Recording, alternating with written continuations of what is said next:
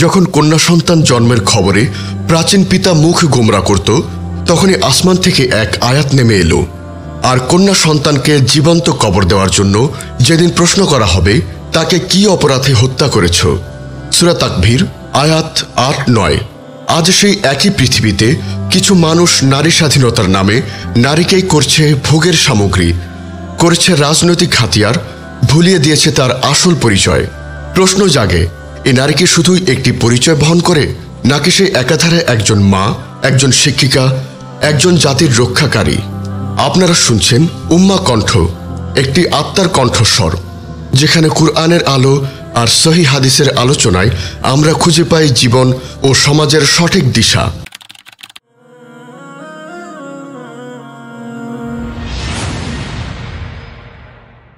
আজকের পর্বে আমরা যে কথাগুলো বলবো তা শুধু কোনো রাজনৈতিক ইস্যু নয়, বরং তা একটি জাতির ভবিষ্যৎ নির্মাণের ভিত্তিপ্রস্তর। আল্লাহ তাআলা যখন মানবজাতিকে সৃষ্টি করেন, তখন নারী ও পুরুষ উভয়কে আলাদা আলাদা বৈশিষ্ট্য ও দায়িত্ব দিয়ে সৃষ্টি করেন। তিনি বলেন, পুরুষরা যা অর্জন করে সে অনুযায়ী তার জন্য ফল, এবং নারী যা অর্জন করে সে অনুযায়ী তার জন্য ফল। সূরা আন-নিসা আয়াত ৩২। এই আয়াতে স্পষ্ট ইসলামের নারী ও পুরুষদের মধ্যে দায়িত্ববোধের ভারসাম্য তৈরি করেছে। সমান মর্যাদা নয়, বরং মূল্যায়ন দিয়েছে।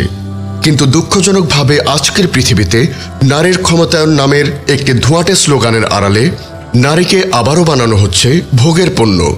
তাকে স্বাধীনতার নামে বাড়ির স্নিগ্ধ নিরাপত্তা থেকে টেনে নামানো হয়েছে শোরুমে, নাটকে, বিজ্ঞাপনে, এমনকি রাজপথেও। একসময় যেখানে নারীরা ছিল সন্তানদাত্রী, সভ্যতার ধারক, আজ তাকে বানানো হয়েছে রাজনৈতিক মুদ্রা। একটি পক্ষ নারীর নামে আন্দোলন করে ক্ষমতা চায়, অন্য পক্ষ নারীর শরীর ব্যবহার করে পণ্য বিক্রি করে। আধুনিকতা বনাম দায়িত্ববোধ। সমাজে নারীর প্রতি সহিংসতা, ধর্ষণ, হয়রানি বেড়ে চলছে, কিন্তু তার মূলে কে দায়ী? তারা কি সেই সব নারী যারা নিজেদের হিজাব ভুলে গেছে, নাকি সেই সব পুরুষ যারা নারীদের নিরাপত্তা নিশ্চিত করতে ব্যর্থ হচ্ছে? যে সমাজে দায়িত্ব পালন নয়, বরং অধিকার চাওয়ার নামে চিৎকার করা হয়, সেখানে নারী কেবল স্লোগানে রয়ে যায়, বাস্তব জীবনে নিপীড়নের শিকার হয়। ইসলাম বলে, অধিকারের আগে দায়িত্ব পালন করো। যে নারী তার দায়িত্ব পালনে বিশ্বস্ত, সে কখনোই অপমানিত হয় না। ইতিহাসের চোখে নারীর অবস্থা।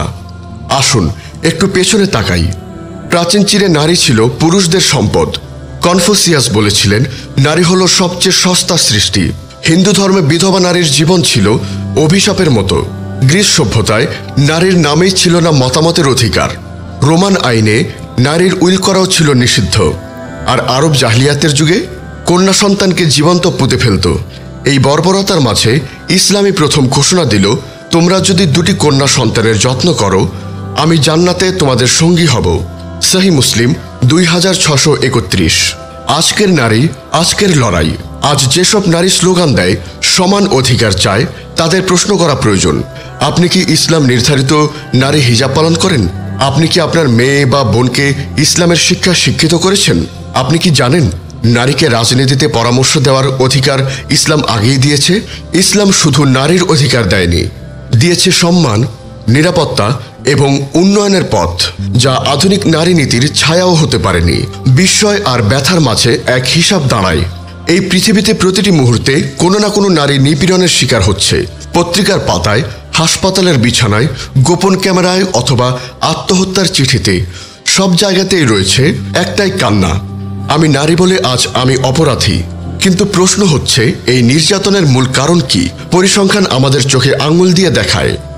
বাংলাদেশ মহিলা পরিষদের তথ্য মতে 1 বছরের মধ্যেই 2012 সাল পর্যন্ত 4389 জন নারী নির্যাতনের শিকার, 618 জন ধর্ষিত, 89 জনকে ধর্ষণের পর হত্যা, 48 জন এসিডে দগ্ধ, 119 জন গণধর্ষণ, 30 জন ভুল ফতোয়ার শিকার, 348 জন আত্মহত্যা করেছেন নানা নির্যাতনে।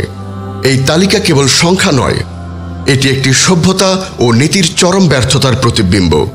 তবে কে দায়ী? অধিকার আন্দোলনকারীরা কি একবারও নিজেদের দিকে তাকিয়েছেন? তারা কি বুঝতে চাচ্ছেন না এইসব নারী নির্যাতনের 99% ক্ষেত্রেই দায়িত্ববোধহীনতার মূল কারণ? যে নারী আল্লাহর নির্ধারিত শালীনতা ও হিজাব পালন করে না, যিনি নিজেকে সাজিয়ে তোলে সবার দেখার জন্য, তিনি কি নিরাপদ থাকতে পারবেন একটি নীতিহীন সমাজে? না, সমাজের সেই যুবকটিও দায়মুক্ত নয় যে ধর্মহীন, বিবেকহীনভাবে নারীর দিকে তাকায় একমাত্র উপভোগের বস্তু ভেবে। অথচ ইসলাম শিখিয়েছে তোমরা নিজেদের দৃষ্টি সংযত করো এবং নিজেদের লজ্জাস্থান হেফাজত করো। সূরা আন-নূর আয়াত 30-31। ইসলাম চায় নারী যেন নিজেকে গোপন রাখে কিন্তু অসহায় না হয়, নারী যেন সমাজে অংশ নেয় কিন্তু নিজের মর্যাদা বিসর্জন দিয়ে নয়, নারী যেন মায়ের মর্যাদায় উঠে আসে, কোনো রাজনৈতিক হাতিয়ার না হয়। দ্বিমুখী ব্যর্থতা। ইসলামপন্থী ও প্রগতিশীল উভয় শিবিরেই আছে বিভ্রান্তি। ইসলামপন্থী ভাইয়েরা যারা দিনরাত ইসলামী আন্দোলনের কথা বলেন কিন্তু ঘরে নিজের স্ত্রী, কন্যা এবং বোনকে ইসলামী হিজাব শেখাতে ব্যর্থ, তাদের কথা সমাজে প্রতিফলিত হয় না। প্রগতিশীলদের শিবিরে যারা নারী স্বাধীনতার নামে শুধু ক্যামেরা আর ক্যাম্পেইন বানান, নিজেরাই কখনো ইসলামের নীতির আলোকে নিজেদের সাজান না। রাজনীতি আর নারী নীতি মুখোশের নিচে লুকানো মুখ। 1973 সাল থেকে 2011 সাল পর্যন্ত যতগুলো পঞ্চবার্ষিকী পরিকল্পনা, নারী উন্নয়ন নীতি ও সংবিধানের অনুচ্ছেদ আছে তার বেশিরভাগই রাজনৈতিক উদ্দেশ্য প্রণীত, যা আদতে নারী উন্নয়ন নয়, বরং নারীদের ব্যবহার করে ভোটের মাঠে ফায়দা লোটার এক ভয়াবহ কৌশল।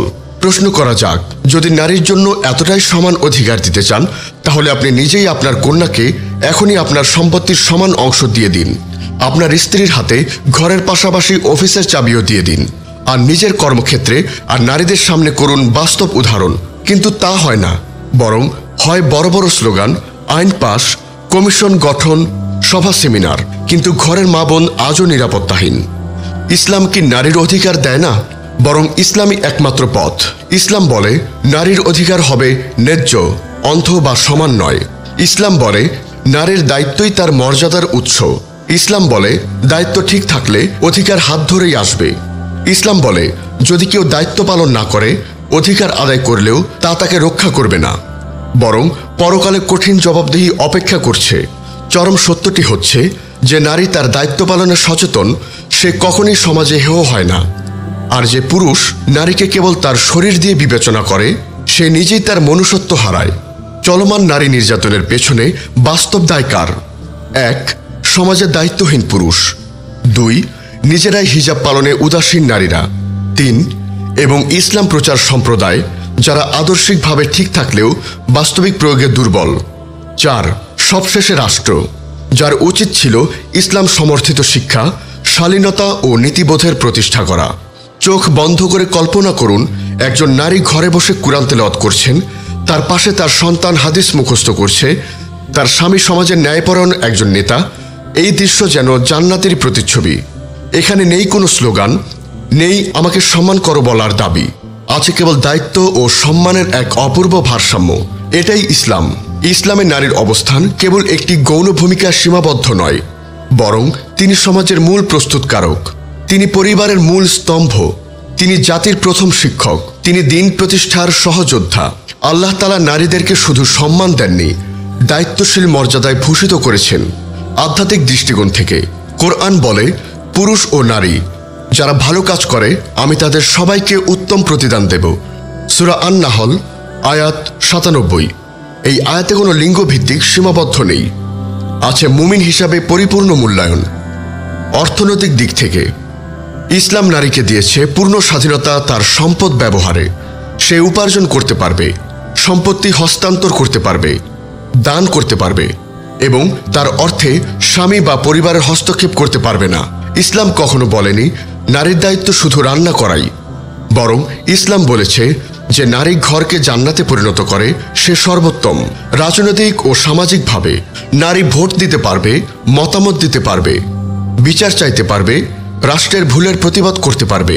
আর নেতৃত্বের কিছু গুরুদায়িত্ব, যেমন রাষ্ট্রপ্রধান বা বিচারক, যেখানে শরীয়তের পূর্ণ জ্ঞান, শক্ত ধৈর্য ও যুদ্ধনীতির কঠোরতা প্রয়োজন, সেই স্থানগুলো নারীর জন্য নয়, সেটি তার মর্যাদার রক্ষার্থেই।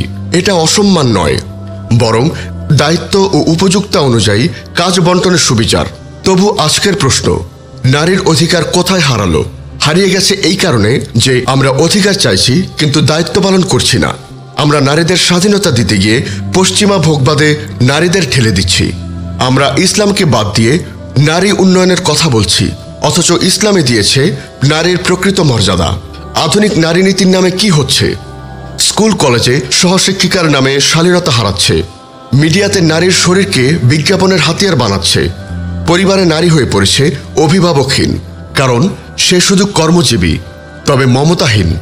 নারীর সমান অধিকার এখন অপসংস্কৃতি ও অবাধ মেলামেশার অনুমতি হিসেবে ব্যবহৃত হচ্ছে। প্রগতিশীলদের দাবির ফল কি দাঁড়ালো? তারা চেয়েছিল সমান অধিকার, পেয়েছে সমান দুর্ভোগ। নারীরা রাস্তায়, অফিসে, ক্যামেরার সামনে সবখানে, কিন্তু নিরাপদ নয়। তারা বলেছিল আমরা স্বাধীন হতে চাই, অথচ তারা হলো মিডিয়ার দাস, ভোগের পণ্য, রাজনৈতিক উপকরণ। সমাধান কোথায়? সমাধান একটি, ইসলামের সঠিক নারীনীতি পূর্ণ বাস্তবায়ন। নারীকে তার ন্যায্য মর্যাদা দিতে হবে, তাকে দায়িত্ব পালনে উৎসাহিত করতে হবে। রাষ্ট্রকে আলাদা শিক্ষা ব্যবস্থা, হিজাব আইন এবং ধর্মীয় মূল্যবোধ প্রতিষ্ঠা করতে হবে। পরিবারকে ইসলামী আদর্শে গড়ে তুলতে হবে। এটাই ইসলামের বার্তা। আল্লাহ ও তার রাসূল যখন কোনো বিষয় নির্ধারণ করে দেন, তখন কোনো মুমিন নারী বা পুরুষের সেই বিষয়ে নিজস্ব ফয়সালা করার কোনো অধিকার নেই। সূরা আহজাব আয়াত ৩৬। এই নারীরা যদি মা হয়, জাতি পাবে সালেহ সন্তান। এই নারীরা যদি দিনদার স্ত্রী হয়, পুরুষরা পাবে জান্নাতি ঘর। এই নারীরা যদি শিক্ষিকা হয়, তবে সমাজ পাবে ন্যায়ের প্রদীপ। এই নারীরা যদি নিজেদের ইসলামী পরিচয় গর্ববোধ করেন, তাহলে সত্যিকার নারী ক্ষমতায়ন সম্ভব। প্রিয় দর্শক, এই কথা যদি আপনার হৃদয়ে ছুঁয়ে যায়, তাহলে শুধু ভাববেন না, বদল আনুন নিজ ঘর, নিজ সমাজে। আপনার পরিবারের মা, বোন, কন্যা, তাদের ইসলামী আলোয় গড়ে তুলুন। আর এই সত্য, এই আলো ছড়িয়ে দিতে আমাদের পাশে থাকুন উম্মা কণ্ঠতে।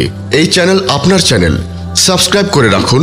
আর ফেসবুক পেজে আমাদের সাথে যুক্ত হন, যেন প্রতিটি দিনই আলোচনার সাথে সাথে থাকতে পারেন আপনি। হে আল্লাহ, যারা সত্য বোঝে তাদের হেদায়েত দিন, যারা বিভ্রান্তি ছড়ায় তাদের সংশোধনের তৌফিক দিন। আর আমাদের সকল নারী, মাতা, বোনকে দুনিয়া ও আখিরাতে সম্মানিত করুন। আমিন।